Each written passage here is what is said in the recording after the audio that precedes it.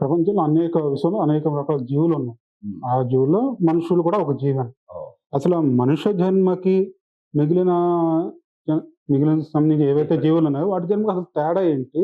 ఆ! మనిషి జన్మ మిగిలిన ఉన్న జన్మలన్నిట్లో కంటే ఎందుకంటే ముఖ్యమైనది, ప్రాముఖ్యమైనది.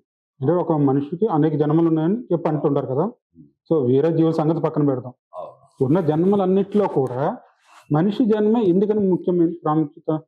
జీవరాశులు 84,00,000 ఉన్నాయి. జీవరాశులు. అంటే కేటగిరీసే. 84,00,000లో మనిషి ఒక్కటి. 83,999ని పక్కన పెడితే ఇది ఒక్కటొకటి. మిగతా ప్రాణులకు వీరికి ఉన్న డిఫరెంట్ ఏమిటి అంటే, అన్ని జీవులు కూడా జన్మించినప్పుడు ఏ భావంతో ఉంటాయో, ఏ స్వభావంతో ఉంటాయో, మరణించే వరకు అవే స్వభావంతో ఉంటాయి ఇతర ప్రాణులు.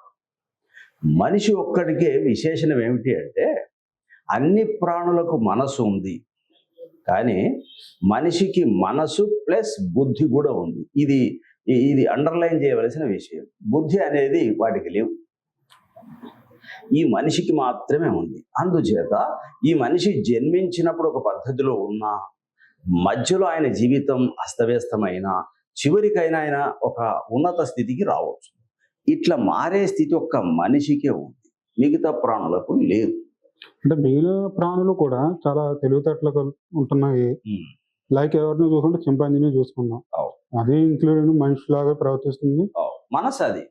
అండ్ అక్కడ ఇంకా ఉన్నది. ఏనుగు గాని అవి కూడా అవన్నీ చాలా కూడా నేర్పరిగా ఉంటాయి. తన తమ యొక్క ఇదిలో తన బాగుంటాయి పిల్లల్ని కదా! కంటాయి. హ్మ్. ఆ పిల్లల్ని జాగ్రత్తగా పెంచుతాయి. హ్మ్. వాటిని ఎట్లా ఇది చూసుకోవాలని వాటి అన్నిటికీ తెలుసు. ఇదంతా మనసు ద్వారా సరిపోతుంది. హ్మ్.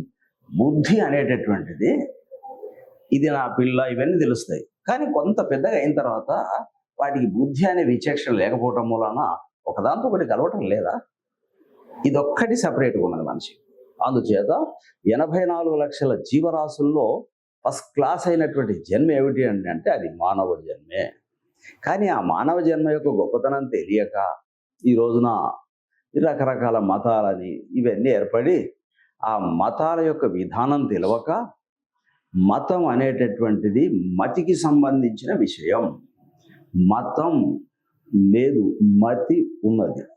మతి సవరిస్తే వాడు మనిషి అవుతాడు. మతిని సవరించకపోతే వాడు మరొకటి అవుతాడు. కనుక ఆ మతాలు, ఈ మూమెంట్స్ అన్నీ లేవు. ఉన్నదంతా ప్రజ్ఞ. ఆ ప్రజ్ఞ బుద్ధి రూపంలో ఉంది. అది కేవలం మనిషికి మాత్రమే ఉంది.